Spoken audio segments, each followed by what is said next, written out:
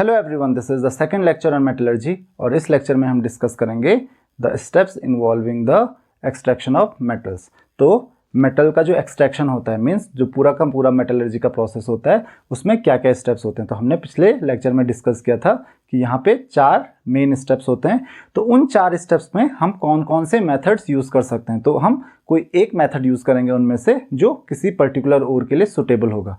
तो चलिए first step से हम स्टार्ट करते हैं। जो फर्स्ट स्टेप है आपका वो है कंसंट्रेशन और ड्रेसिंग ऑफ ओर्स। कंसंट्रेशन या फिर ड्रेसिंग का मीनिंग क्या होता है, जहाँ पे हम ओर से इम्प्यूरिटीज़ को या गैंग पार्टिकल्स को रिमूव करते हैं।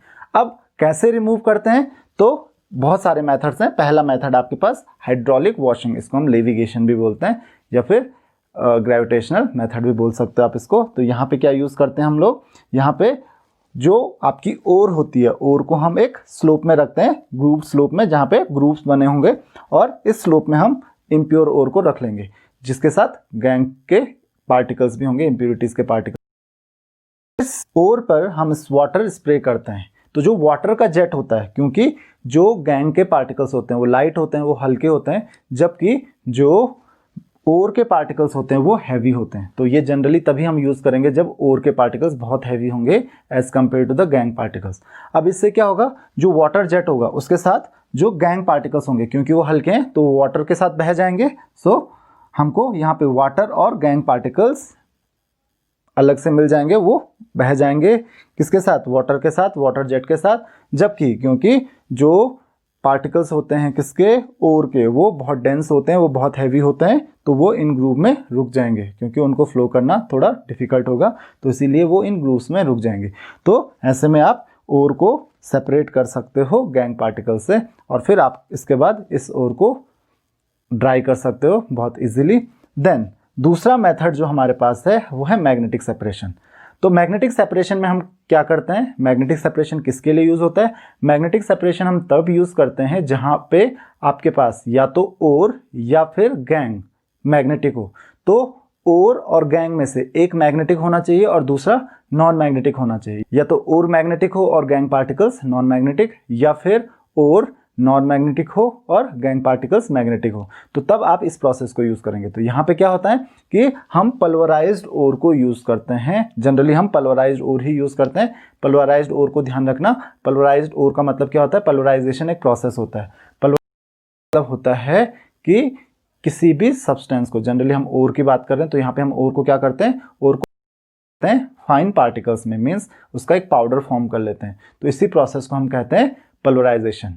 तो पल्वराइज्ड ओर मतलब पाउडर्ड ओर हम यूज़ करते हैं यहाँ पे, और इस पल्वराइज्ड ओर को हम पास करते हैं एक कन्वेयर बेल्ट पे। तो ये एक कन्वेयर बेल्ट है हमारे पास। तो यहाँ पे आप देख सकते हैं कन्वेयर बेल्ट के साथ पास होता है कौन, पल्वराइज्ड ओर। तो कन्वेयर बेल्ट के ऊपर से हम पास करते हैं। यहाँ पे लगा होता है आपका एक मैग्नेटिक रोलर या मैग्नेटिक व्हील, यहाँ पे एक नॉन मैग्नेटिक व्हील होगा। ये मैग्नेटिक रोलर जो है या मैग्नेटिक व्हील जो है, इसके ऊपर से जब पल्वराइज्ड ओर पास होगी तो आपको पता है यहाँ पे 2 तरीके के पार्टिकल्स होंगे, या तो मैग्नेटिक पार्टिकल्स या फिर नॉन मैग्नेटिक पार्टिकल्स। तो जो मैग्नेटिक पार्टिकल्स होंगे वो तो बेल्ट पे अटैच्ड होंगे, वो तो बेल्ट से सेपरेट नहीं होंगे। क्यों, क्योंकि ये मैग्नेटिक व्हील है तो इसीलिए वो उस पर अटैच्ड रहेंगे तब तक जब तक ये जो बेल्ट है ये बेल्ट इस व्हील से अटैच्ड है।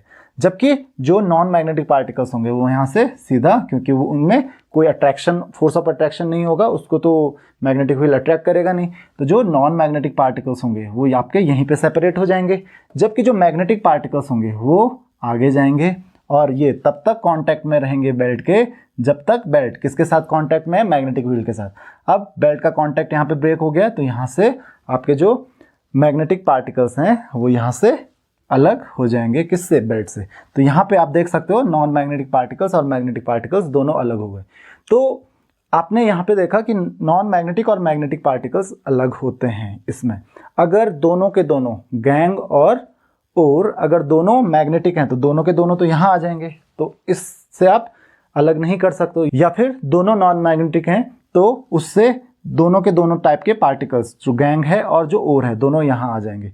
तो इसीलिए ध्यान रखिए इस प्रोसेस को आप सिर्फ तब यूज़ कर सकते हो जब ओर और गैंग में से एक मैग्नेटिक हो और दूसरा नॉन मैग्नेटिक हो। अब तीसरे प्रोसेस पे आते हैं हम। तीसरा प्रोसेस है हमारे पास फ्रूथ फ्लोटेशन मेथड। तो froth flotation method generally sulphide ores के लिए यूज होता है। सल्फाइड ओर्स की खास बात क्या होती है कि ये जो वाटर होता है, वाटर से वेट नहीं होते हैं, ये वेट होते हैं ऑयल से।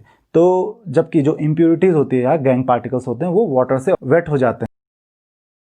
क्या यूज करते हैं, एक मिक्सचर होता है पोलराइज्ड ओर, पाइन ऑयल और वाटर का, इसको हम एक वेसल में पास करते हैं, एक कंटेनर में पास करते हैं और उसमें कंप्रेस्ड एयर पास करते हैं जिससे एयर बबल्स फॉर्म होते हैं।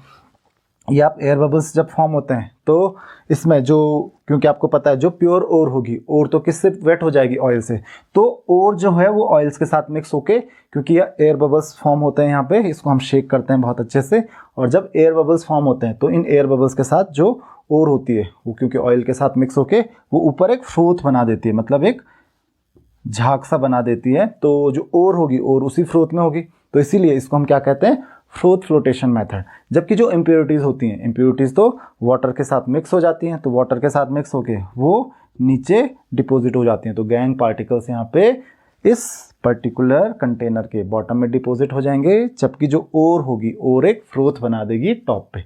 तो इस तरीके से आपने ओर और गैंग पार्टिकल्स को प्योरीफाई कर लिया। अब फर्स्ट स्टेप के बाद हमको कंसंट्रेटेड ओर यानी कि प्योर ओर मिल जाती है। तो इस ओर का हम क्या करते हैं, इसको हम कन्वर्ट करते हैं मेटल ऑक्साइड में। जो कंसंट्रेटेड ओर होती है उसको हम मेटल ऑक्साइड में कन्वर्ट करते हैं। कैसे, हमारे पास दो मेथड्स हैं। पहला मेथड है हमारे पास कैल्सिनेशन और दूसरा मेथड है हमारे पास रोस्टिंग। आपको ये भी पता होना चाहिए कि कौन सा मेथड किसके लिए सुटेबल है। तो कैल्सिनेशन क्या होता है, कैल्सिनेशन एक ऐसा प्रोसेस है जिसमें हम जो कंसंट्रेटेड ओर है उसको हीट करते हैं इन द अब्सेंस ऑफ एयर, वहाँ पे एयर नहीं होती है, और अगर होती भी है तो बहुत ही लिमिटेड सप्लाई में होती है।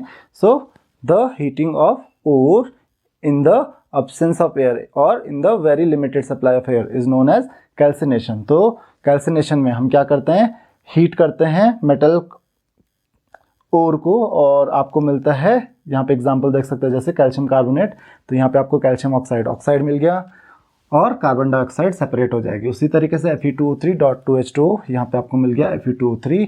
मैग्नीशियम कार्बोनेट में आपको मिल गया मैग्नीशियम और carbon dioxide.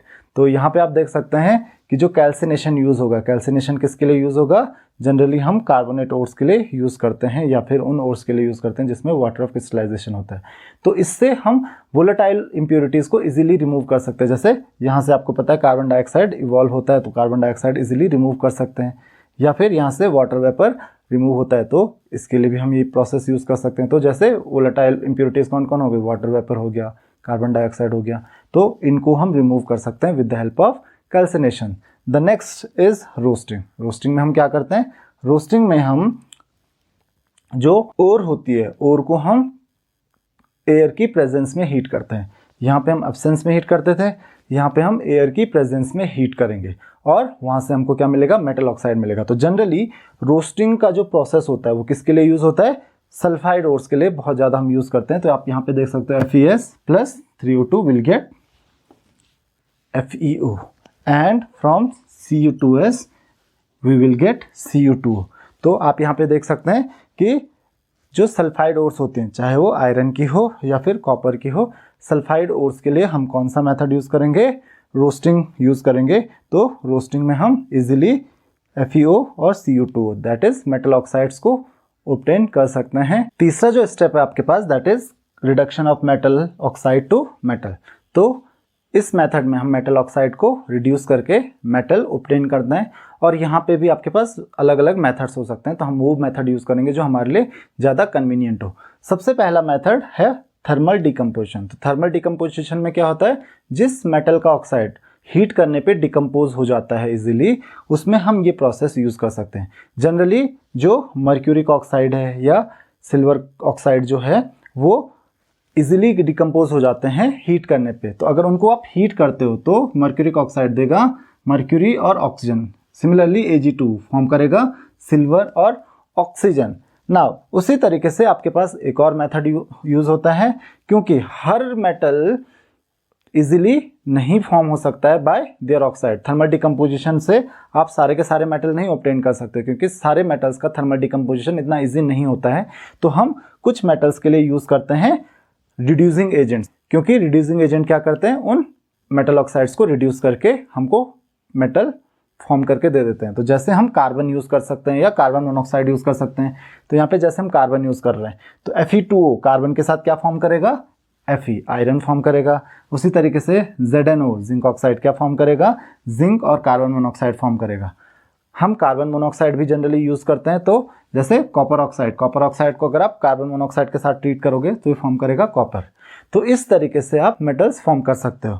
The next is electrolytic reduction. अब ये इलेक्ट्रोलिटिक रिडक्शन क्या होता है, इलेक्ट्रोलिटिक रिडक्शन में हम क्या करते हैं, किसी भी जो मेटल ऑक्साइड होता है जनरली यहाँ पे जैसे NaCl है उससे भी हम NaCl ऑब्टेन कर सकते हैं। तो NaCl के लिए आप देख सकते हो क्योंकि NaCl को अगर आप हीट करोगे तो वो Na+ और Cl- आयन फॉर्म करेगा, और आपको पता है कि जो Na+ होगा वो कैथोड की तरफ माइग्रेट करेगा और फॉर्म करेगा सोडियम मेटल। सिमिलरली जो Cl- आयन होगा वो एनोड की तरफ मूव करेगा, एक इलेक्ट्रॉन लूज करेगा और क्लोरीन एटम्स फॉर्म करके क्लोरीन एटम्स कंबाइन होकर क्लोरीन मॉलिक्यूल्स फॉर्म करते हैं। तो इस तरीके से सोडियम जो हो वो आपको कैथोड पे इजीली मिल जाएगा। आप इस मेथड को Al2O3 के लिए भी यूज़ कर सकते हो, एल्यूमिना के लिए भी यूज़ कर सकते हो। तो एल्यूमिनियम का जो एक्सट्रैक्शन है वो अभी हम डिटेल्स में देखेंगे, तो इस मेथड को हम बाद में डिस्कस करेंगे। तो ये हमारे पास कुछ मेथड है कि हम कैसे मेटल ऑक्साइड्स को रिड्यूस करके मेटल फॉर्म कर सकते हैं। अब हमारे पास लास्ट स्टेप आता है, वो है रिफाइनिंग ऑफ मेटल्स। जब एक बार आपको मेटल को प्योरीफाई भी करना होता है क्योंकि उसमें कुछ इम्प्योरिटीज हो सकते हैं, तो उसको प्योरीफाई करने के हमारे पास अलग अलग मेथड्स हैं। पहला मेथड है हमारे पास वो है डिस्टिलेशन। तो बहुत सिंपल से मेथड्स हैं। डिस्टिलेशन ऑफ वाटर आपने पढ़ा है, तो यहाँ पे भी डिस्टिलेशन उसी तरीके से होता है। ये प्रोसेस हम जनरली उन मेटल्स के लिए यूज़ करते हैं जिन मेटल्स का बॉइलिंग पॉइंट जो होता है बहुत कम होता है। तो यहाँ पे हम क्या करते हैं, मेटल्स को हीट करते हैं अबव द बॉइलिंग पॉइंट। उससे क्या होता है, जो मेटल होता है वो वेपराइज हो जाता है, उस मेटल को आप कहीं और कंडेंस करके कलेक्ट कर लेते हो। जबकि जो इम्प्योरिटीज़ होती हैं, इम्प्योरिटीज़ का जो बॉइलिंग पॉइंट होता है वो बहुत हाई होता है, तो इम्प्योरिटीज़ इजीली हीट नहीं हो पाती हैं, इम्प्योरिटीज़ इजीली वेपर फॉर्म नहीं कर सकती हैं। तो जो इम्प्योरिटीज़ होती हैं वो वहीं रह जाएंगी, जबकि जो प्योर मेटल होगा उसको आप कहीं और कलेक्ट कर लेते हो। दूसरा मेथड है आपके पास लिक्वेशन का। लिक्वेशन, इसमें हम क्या करते हैं, मेटल को हीट करते हैं और लिक्विफाई करते हैं। और लिक्विफाइड मेटल क्योंकि वो फ्लो हो जाता है इजीली, तो उसको फ्लो होके वो दूसरी तरफ आप उसको इजीली कलेक्ट कर सकते हो। जबकि जो इम्प्योरिटीज़ होती हैं, जो गैंग पार्टिकल्स होते हैं, वो सॉलिडिफाइड ही होते हैं, वो इजीली लिक्विफाई नहीं हो पाती हैं। तो इसीलिए जो इम्प्योरिटीज़ होती हैं उनको आप इजीली सेपरेट कर सकते हो मेटल से। थर्ड मेथड, और जो कि आपने पिछले चैप्टर में भी पढ़ा था इलेक्ट्रोलिसिस में, वो है इलेक्ट्रो रिफाइनिंग, और जिसको हम इलेक्ट्रोलिटिक रिफाइनिंग भी कह सकते हैं। तो इलेक्ट्रो रिफाइनिंग में होता क्या है, इलेक्ट्रो रिफाइनिंग में हम इम्प्योर मेटल जो होता है, इम्प्योर मेटल को हम रखते हैं कहाँ पे, एनोड पे। तो इम्प्योर मेटल एनोड पे होता है, जबकि एक थिन स्ट्रिप होती है किसकी, मेटल की। तो एक प्योर मेटल की थिन स्ट्रिप हम कैथोड पे रख देते हैं। अब आपको पता है कि एनोड पे जो मेटल है वो कंटिन्यूसली मेटल आयंस फॉर्म करेगा, और मेटल आयंस आते हैं किसमें, इलेक्ट्रोलिटिक सॉल्यूशन में। ये जो मेटल आयंस होंगे ये किसकी तरफ माइग्रेट करेंगे, कैथोड की तरफ। वो तो आपको ऑलरेडी पता है क्योंकि मेटल आयंस को क्या होना है, रिड्यूस होना है, और किसकी तरफ मूव करेंगे, वो मूव करेंगे कैथोड की तरफ।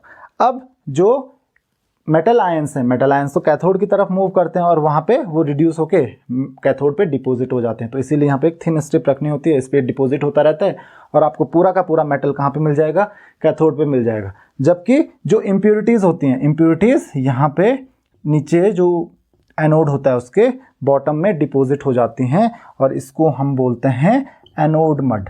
प्योर मेटल आपको मिल गया कैथोड पे। तो ये आपका तीसरा प्रोसेस है इलेक्ट्रो रिफाइनिंग का। ऐसे ही बहुत सारे मेथड्स हैं, बट हमको उनको डिस्कस करने की अभी फ़िलहाल ज़रूरत नहीं है।